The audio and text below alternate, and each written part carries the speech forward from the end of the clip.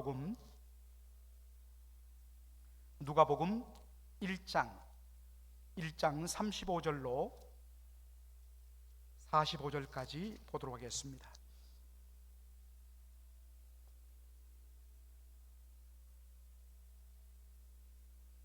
신약성경 87페이지 누가복음 1장 39절로 45절 말씀,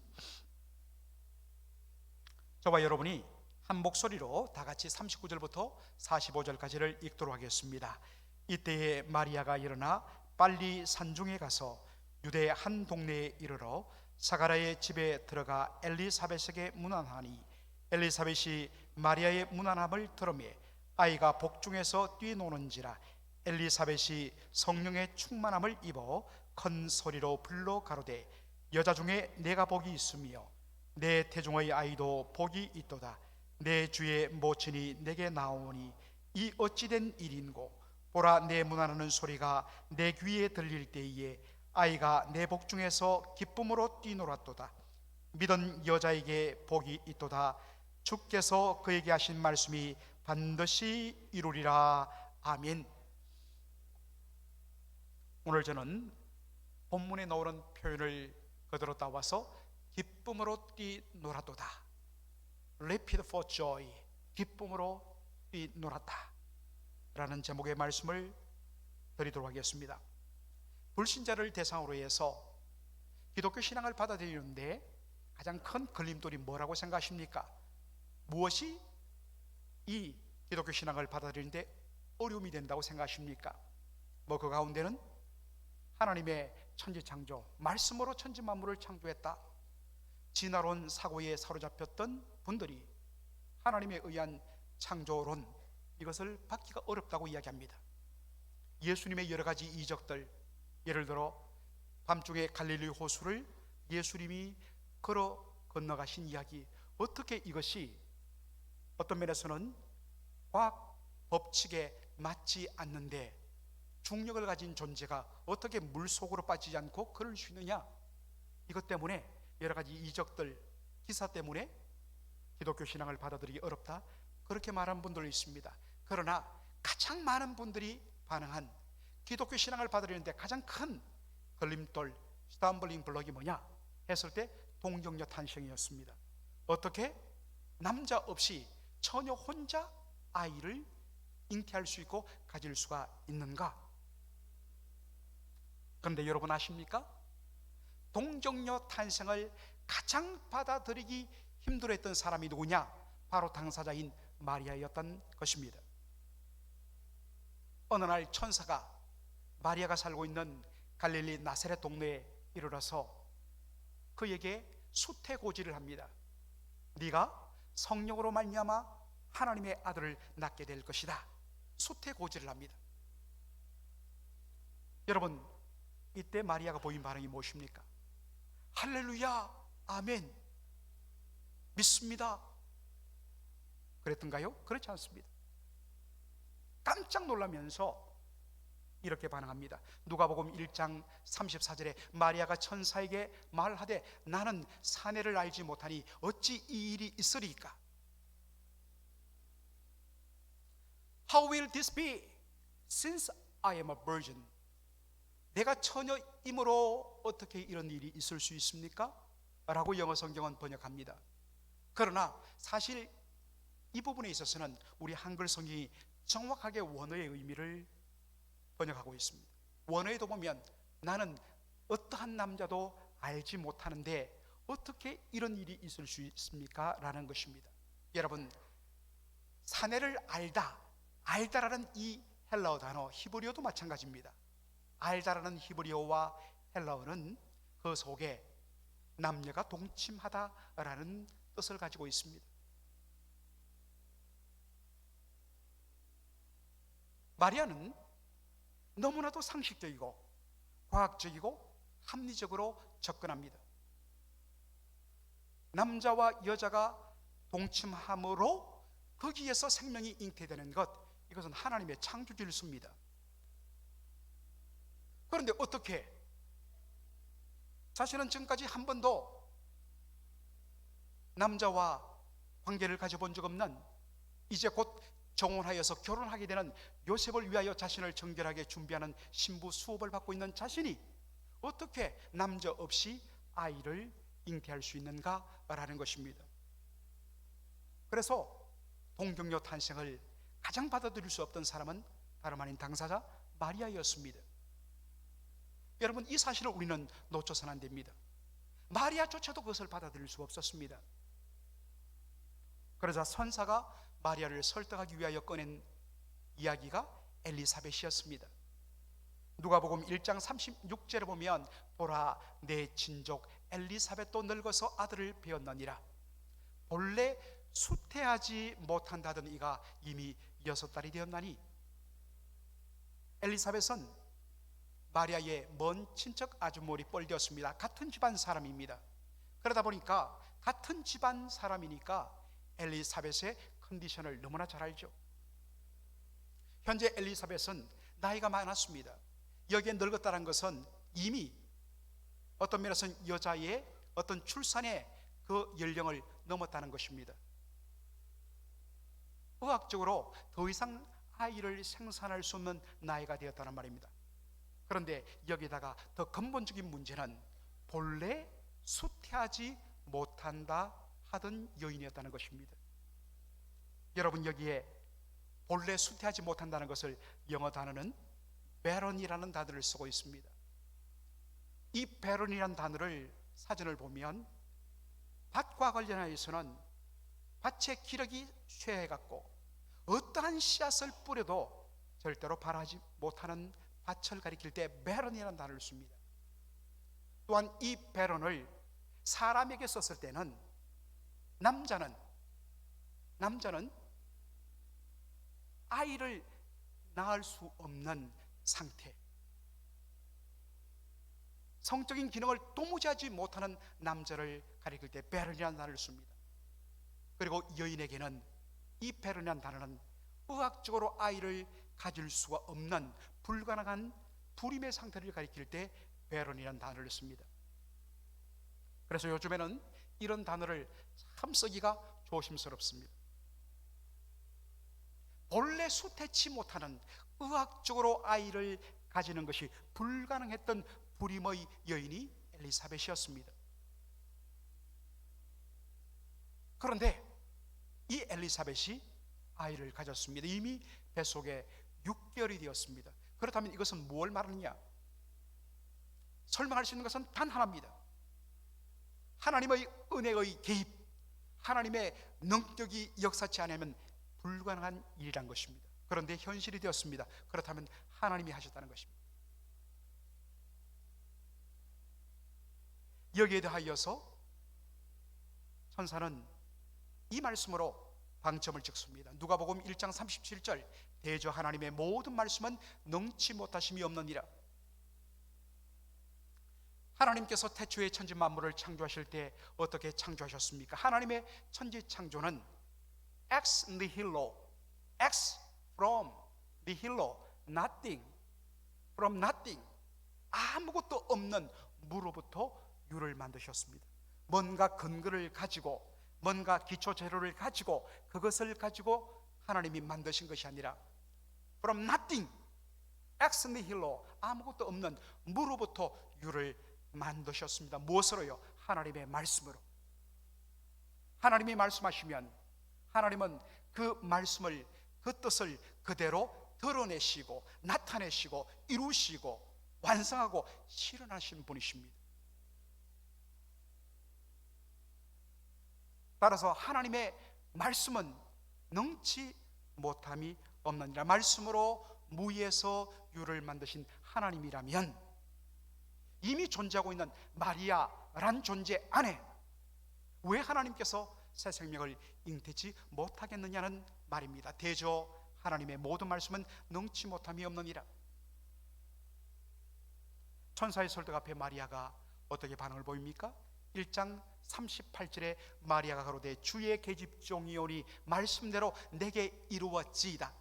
하나님 그 뜻대로 온전히 저에게 이루어지기를 원합니다. 제가 받아들이겠습니다. 여러분들, 우리가 고민하고 있는 그 문제들, 그 고민하고 씨름하다가 하나님 앞에 온전히 내려놓고 항복하고 아멘 했을 때 그 순간에 얼마나 희열이 있습니까? 감격이 있죠. 감동이 있습니다. 그러나 그 감동이 끝나고 이제 현실의 세계로 빠져나오면 어떻습니까? 요즘에 이것을 인터넷에서는 현타라고 그러는데 현실이 와닿는 겁니다. 내가 지금 무엇을 말했지?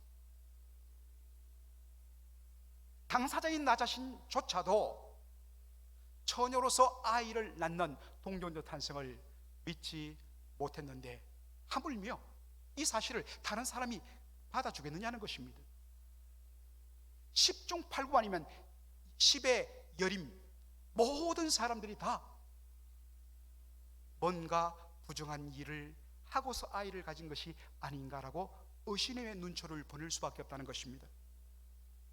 이것이 마리아가 이 땅에 숨쉬고 있는 그 일평생 동안 자신에게 꼬리표처럼 따라다니는 일이 될 것입니다. 연인으로서는 견딜 수 없는 일이죠. 사람들의 차가운 시선과 어디만 가도 뒤에서 있잖아 라고 수군거리는 수군거림, 그 현실이 다가오는 것입니다. 비록 믿음으로 받아들였지만 이 현실 앞에서 답답해하고 괴로워할 수밖에 없는 것이 우리 인생입니다. 믿음 좋은 사람이라고 다 아무런 문제 없이 언제나 할렐루야 하는 것 아니에요. 남들 보기에는 그렇게 보이지만 그 속에는 그것을 감당해내야 되는 말로도 할 수 없는 아픔과 고통이 있는 것입니다. 바로 그때에 불현듯 떠오르는 사람이 있었습니다. 바로 친척 아줌마뻘인 엘리사벳이었습니다. 도무지 아이를 가질 수 없는 불가능한 불임의 상태에서 하나님의 은혜의 개입으로 아이를 잉태하여 6개월이 된 친척 아줌마 엘리사벳, 혹여 그분이라면 나의 이 심정을 말해도 받아줄 수 있을 것이라는 그러한 기대감이 생겼습니다. 그러자 용기를 내어서 그 먼 저 북쪽의 갈릴리 나사렛에서 유대 산중에 있는 엘리사벳의 집으로 단숨에 달려갔습니다. 몇 날을 거쳐서 갔습니다. 그래서 드디어 불안한 마음으로, 뭐 기쁜 마음으로 아줌마 했겠어요? 불안한 마음으로 문을 열고 안녕하세요 라고 문 안 인사하는데 갑자기 마리아의 문안을 받은 엘리사벳에게 어떤 일이 일어납니까? 자, 1장 41절 말씀, 엘리사벳이 마리아의 문안을 들으며 아이가, 엘리사벳의 복중에 있는 아이가 6개월이 된 아이, 누구죠? 바로 세례 요한입니다. 그 아이가 뛰노는지라. 그때 엘리사벳이 성령의 충만함을 입게 되었다 이야기하고 있습니다. 아이가 복중에서 뛰노는 것과 동시에 엘리사벳이 성령의 충만을 받았다는 것입니다. 여러분, 여기에 뛰놀다라는 이 말의 원어적인 의미는 너무 기뻐서 그 기쁨을 감당하지 못해갖고 펄쩍펄쩍 뛰는 것을 말합니다. 이건 동서고관을 막론하고 어떤 면에서는 문화를 말하고 심지어 체면 문화를 가진 그러한 동양 유교 사회에서도 사람들 보는 앞에서는 못하겠지만 방문 닫고 혼자서는 선비들도 너무 기뻐갖고 껑충껑충 뛸 수밖에 없는 것입니다. 바로 그 상태를 가리키는 말이 뛰놀다라는 말의 의미입니다.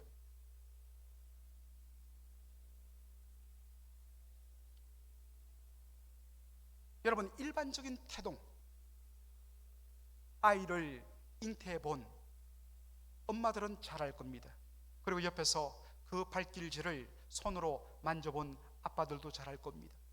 태동이죠. 태아가 자라면서 자신의 존재 증명을 하듯이 발로 뻥뻥 찹니다.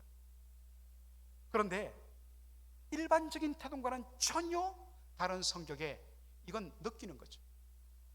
기쁨으로 이 아이가 어쩔 줄 몰라 해갖고 뛴다는 것을 느낀 겁니다. 바로 그 순간에 성령의 충만함을 받으면서 이 아이의 기뻐 뛰노는 그 근본 이유를 엘리사벳이 깨닫게 되는 것입니다.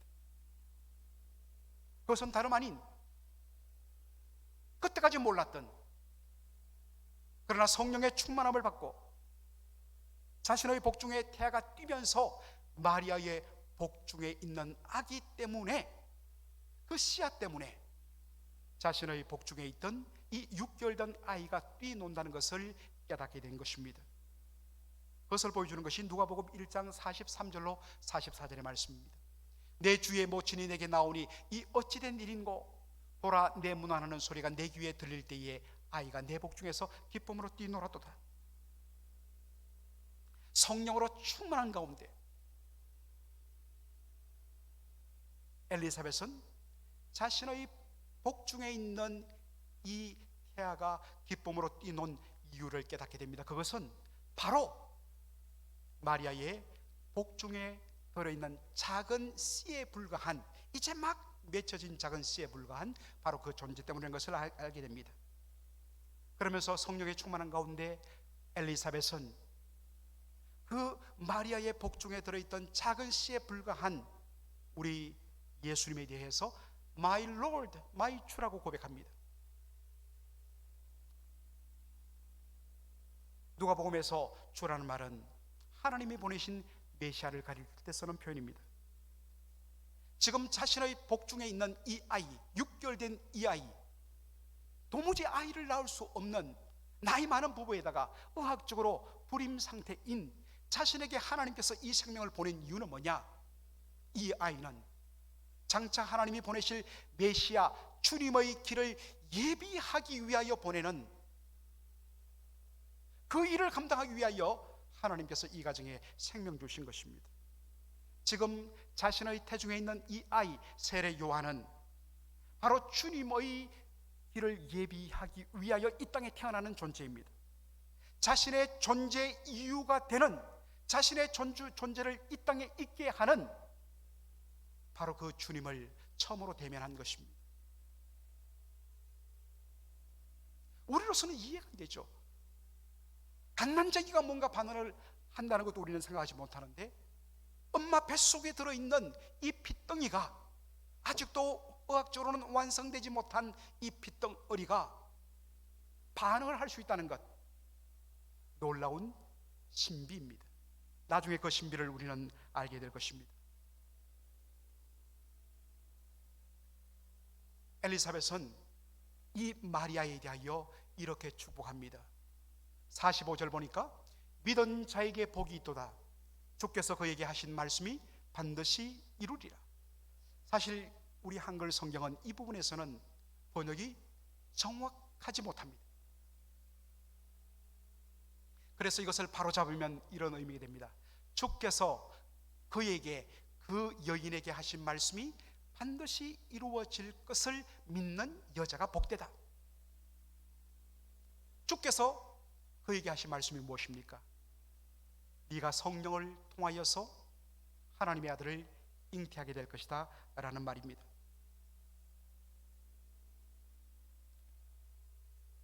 자신을 통하여 하나님의 아들이 태어난다는 것, 분명히 복된 일이죠. 그러나 인간적으로 말하면 대단히 고통스러운 일입니다. 아까도 말씀드렸듯이 자신도 동정녀 탄생을 믿지 못했는데, 그건 누가 성령으로 말미암아 예수님이 잉태되었다는 것을 믿어주겠느냐는 것입니다. 일평생 동안 부정한 여인이 아닐까라는 의심의 눈초리를 받아야 되는 괴로운 일입니다. 그러나 마리아는 하나님의 말씀을 그대로 믿음으로 받습니다. 그것을 자신이 온전히 받아들입니다. 마리아가 동정녀 탄생을 받아들인 근본 이유는 어디에 있을까요? 다시 우리가 누가복음 1장 38절로 돌아가서 마리아가 이르되 주의 계집종 이온이 말씀대로 내게 이루어졌. 아주 이게 100년 전에 번역된 성경이다 보니까 그렇게 뉘앙스가 좋지 않습니다. 정확히 말하면 주의 여종이죠. 주의 여종 이온이 주의 말씀대로 내게 이루어지이다. 영어 성경에 보면 servant라고 되어 있는데, 원어로 보면 정확하게 번역하면 슬레이브입니다. female slave, 여자 노예입니다. 1세기 당시 노예는 인격 존재가 아니었습니다. 주인의 물건과 소유 개념이었습니다. 따라서 노예의 최고의 존재 이유와 기쁨은 자신을 통하여 주인이 기쁨을 얻는 것입니다. 그것이 노예의 기쁨이었습니다. 처녀로서 잉태한다는 것은 감당하기 어려운 일입니다. 그러나 이것이 주님의 뜻이라면, 이것을 통하여 주님의 뜻이 드러난다면 나는 기꺼이 받아들이겠다는 것입니다. 왜냐? 나는 주의 여종이기 때문에. 자신이 하나님 앞에 어떠한 존재임을 온전히 고백해서 이 믿음으로 이것을 받아들인 마리아에 대하여 복되도다라고 축복을 합니다. 사랑하는 성도 여러분, 우리 인생의 보고의 출발점은 어디에 있을까요? 우리 나름대로 무엇이 복인가라는 기준이 있을 거예요. 그러나 성경이 말하는 우리 인생의 복의 출발점은 내가 하나님 앞에 누구인가를, 자신의 아이덴티티를 바로 알고 고백하고 인정하는 것으로부터 출발합니다. 그리고 나를 통하여서 우리 주님의 뜻이 이루어지는 것, 그것이 인생의 최고의 복이라는 것입니다. 여기서 세상 종교와 기독교가 구분됩니다. 세상 종교도 기독교도 복을 추구합니다. 세상 종교는 신을 통하여, 내가 믿는 신, 내가 정성을 다하여 섬기는 신을 통하여서 그 신을 감동시켜 결국에는 내가 복을 받는 것이 세상 종교입니다. 그러나 기독교는 다릅니다. 기독교는 나를 통하여 하나님이 복을 받고 하나님이 영광을 받고 하나님이 찬양을 받는 것입니다. 여러분, 우리가 여호와를 송축하라, 여호와를 찬양하라 라는 시편 구절이 있죠. 정확히 말하면 하나님을 축복합니다 라는 뜻입니다. 나를 통하여 하나님이 복되게 되는 것, 나를 통하여 하나님이 기쁨을 얻는 것, 나를 통하여 하나님이 영광을 얻는 것, 이것이 기독교입니다. 그런데 왜곡되어서 기독교 안에도 나의 열심을 통하여, 정성을 통하여, 헌신을 통하여 하나님을 감동시켜 하나님으로부터 내가 원하는 모든 것들을 받아내겠다, 기복신앙입니다.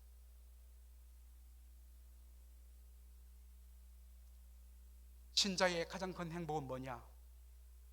나를 통하여 영광 받으시며 기뻐하시는 우리 주님의 모습을 보고서 말로 다 할 수 없는 행복감에 충만하게 젖는 것, 이것이 바로 기독교 신앙의 최고의 복인 것입니다. 이 복을 우리가 누려야 될 줄로 믿습니다. 오늘 본문에서 우리는 한 가지 중요한 사실을 발견합니다. 바로 믿음과 성령의 관계입니다. 여러분, 많은 사람들이 기독교를 받아들이는데 가장 큰 걸림돌이라고 하는 동정녀 탄생을 누가 믿을 수 있습니까? 어떻게 2000년 전 하나님의 아들이라고 하는 예수의 십자가 저주의 죽음, 그 죽음이 어떻게 모든 인류의 대속의 근거가 되는가? 믿기 어렵습니다. 그러나 이 사실은 오직 성령의 충만함을 입은 자, 성령으로 말미암아 거듭난 자만이 믿고 고백할 수 있다는 것입니다. 심지어 마리아의 문안 앞에, 마리아의 문안 소리에 엘리사벳의 복중에 있던, 태중에 있던 아이가 마리아의 뱃속에 막 심겨진 그 생명의 씨앗에 대하여서 기쁨으로 뛰노는 것, 어떻게 이 일이 가능한가? 가능합니다. 성령이 임하시고 성령의 충만함이 임하시면 믿음의 신비입니다. 오늘 우리가 조금 전에 일부 예배를 마치고 다음 주에 입교 문답을 하기 위하여 유아세를 받은 우리 두 학생에 대하여서 당회가 문답을 냈습니다. 정말 어떤 면에서는 이 고시를 보는 듯하게 우리 장로님들이 질문을 하셔갖고 학생들이 당황했지만 아주 잘 대답을 했습니다. 일반적으로 우리는 유아 세례를 받고서 이제 자신의 의지로 예수님에 대한 신앙 고백을 할 나이가 되었을 때 컨퍼메이션, 입교를 통하여 교회의 회원으로 받는 절차를 가집니다. 상당히 합리적이죠. 그러나 우리는 근본적으로 이 사실을 인정해야 됩니다. 성령이 역사하시면 핏덩어리도 믿음으로 반응할 수 있다는 사실입니다. 우리의 어떤 의식으로 확인이 안 되죠. 그러나 얼마든지 그 생명 속에 성령의 역사 가운데 믿음의 반응이 일어난다는 사실을 오늘 성경은 보여줍니다. 그래서 세상적인 의미의 태교가 아니라 단순히 이 아이에게 말씀 들려주고 찬송 들려주고 기도해주면 이 아이가 앞으로 착하게 살겠지라는 태교의 개념으로 어떤 면에서는 하는 것 차원을 뛰어넘어서 성령이 역사하시면 태중의 아이도 믿음으로 반응할 수 있다는 그 믿음 가지고 말씀을 들려주고 십자가 복음을 들려주고 찬송을 들려주고 그리고 축복의 기도를 하는, 그래서 그렇게 자란 아이가 때가 되어서 정말 자신의 의지로 공개적으로 나는 예수를 믿습니다 라고 고백하는, 그렇게 연결되는 일이 일어나는 것입니다. 여러분, 엄밀하게 말하여 우리가 믿는다고 했을 때 그것은 내가 믿는 것이 아니라 정확하게 하면 믿음은 믿어지는 것입니다. 성령이 은혜를 주시고 성령이 거듭나게 하시고 성령이 깨닫게 하시면, 성령으로 충만하면 믿어지는 것입니다. 믿지 못했던 것들이 그냥 믿음으로 다가오는 것입니다. 믿음이 나를 온전히 덮어버리는 것입니다. 이게 믿음의 신비입니다. 도무지 믿어지지 않습니다. 믿으려고 애를 쓰는데 믿어지지 않습니다. 참 답답하죠. 그러나 근본 이유는 성령으로 거듭나지 못했기 때문입니다. 성령으로 거듭나고 성령으로 충만하고 눈이 열리면 믿지 말래도 믿어지는 것입니다. 이제 말씀을 마무리하면서 우리는 엘리사벳의 집에 찾아온 마리아의 행적을 다시 한 번 더 우리가 추적할 필요가 있습니다. 누가복음 1장 56절은 이렇게 마무리를 합니다. 마리아가 석 달쯤 함께 있다가 집으로 돌아가니라. 마리아는 천사로부터 수태고지를 받고서 인간적으로 너무나 부담이 되어서 누가 이것을 좀 품어줬으면 좋겠는데, 한 사람이라도 알아줬으면 좋겠는데 하다가 친척벌 되는 엘리사벳의 집으로 찾아갑니다. 그리고 거기서 성령의 충만을 받은 엘리사벳이 자신의 지금 뱃속에 있는 막 생성된 이 씨앗이 바로 하나님 보내신 메시아 주님임을 고백하는 이 소리를 듣고 위로를 받습니다. 그리고 그 석 달 동안 인생을 살아왔던 선배 아줌마 엘리사벳로부터 날마다 위로와 격려와 축복을 받습니다. 말로 닿을 수 없는 마음의 평안과 기쁨을 누립니다. 그렇게 석 달쯤 보내니까 이제 집으로 돌아가도 당장 나가면 어떤 면에서는 제일 먼저 불러오는 배를 보고서 제일 먼저 반응할 사람이 요셉일 것을 알았습니다. 당연히 요셉이 의심할 것을 알 수밖에 없었어요. 요셉뿐만 아니라 동네 사람들이 수군거릴 것을 알았습니다. 그러나 그 석 달 동안 매일마다 하나님께서 엘리사벳의 위로와 격려를 통하여서, 축복을 통하여서 받은 그 위로와 담대함으로 이제 가자, 힘들어도 감당해야 된다, 집으로 돌아갔습니다.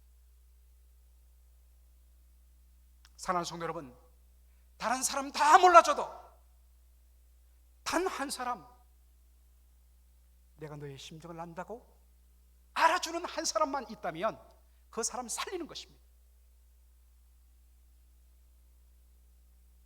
사랑하는 성도 여러분, 고린도후서 1장에 보면 바울이 하나님을 뭐라고 찬송합니까? 하나님은 위로의 아버지시다. 하나님께서 우리를 위로하시면 무엇 때문인가? 우리가 힘들 때 하나님께서 우리를 찾아오셔서 위로 주심으로 우리가 받은 위로로서 위로를 필요한 다른 사람들을 위로하고, 그 위로받은 사람은 또 다른 사람을 향하여 위로를 주므로 하나님께서 모든 사람을 위롭게 하시는 위로의 아버지, 하나님께서 우리에게 남들이 갖지 못한, 그것이 물질이든 건강이든 시간이든 남들이 갖지 못한 플러스 알파를 하나님 주셨다면, 죄송하지만 그것을 혼자만을 위하여 쓰라고 주신 것 아니에요. 그것은 연약한 영혼들을 위로하고 돕고 섬기도록 하기 위해 하나님 주셨다는 것, 우리는 기억할 필요가 있습니다. 눈을 들어 주위를 보십시오. 성령의 감동을 받아 눈이 열려 주위를 보면 탄식과 슬픔과 고통 가운데 신음하는 이 땅의 다양한 종류의 마리아들을 여러분 보실 것입니다. 왜 안 보이느냐? 고개를 들어 보지 않고 자신만 보기 때문입니다. 성령의 은혜 가운데 눈이 열리지 않았기 때문입니다. 성령의 은혜를 구하십시오. 주여, 내 눈을 열어서 주변을 볼 수 있는 눈을 열어 주옵소서. 분명하게 여러분, 그러한 눈을 열어보면 신음하고 두려움에 떨고 있는 마리아들이 보일 것입니다. 바로 여러분이 그 사람에게 엘리사벳이 되어야 해요. 다가가서 손을 내밀고 품어주고 등 다려주고 눈물을 닦아주어서, 그리고 끊임없는 위로와 격려로 그 사람을 담대히 다시 일어나서 자신에게 주어진 현실을 직면하도록 만드는 엘리사벳 되도록 하기 위하여 하나님께서 여러분에게 먼저 은혜를 주신 것입니다. 이 사명을 감당하는 저와 여러분이 되기를 주님의 이름으로 축원합니다. 아멘. 기도하겠습니다. 하나님,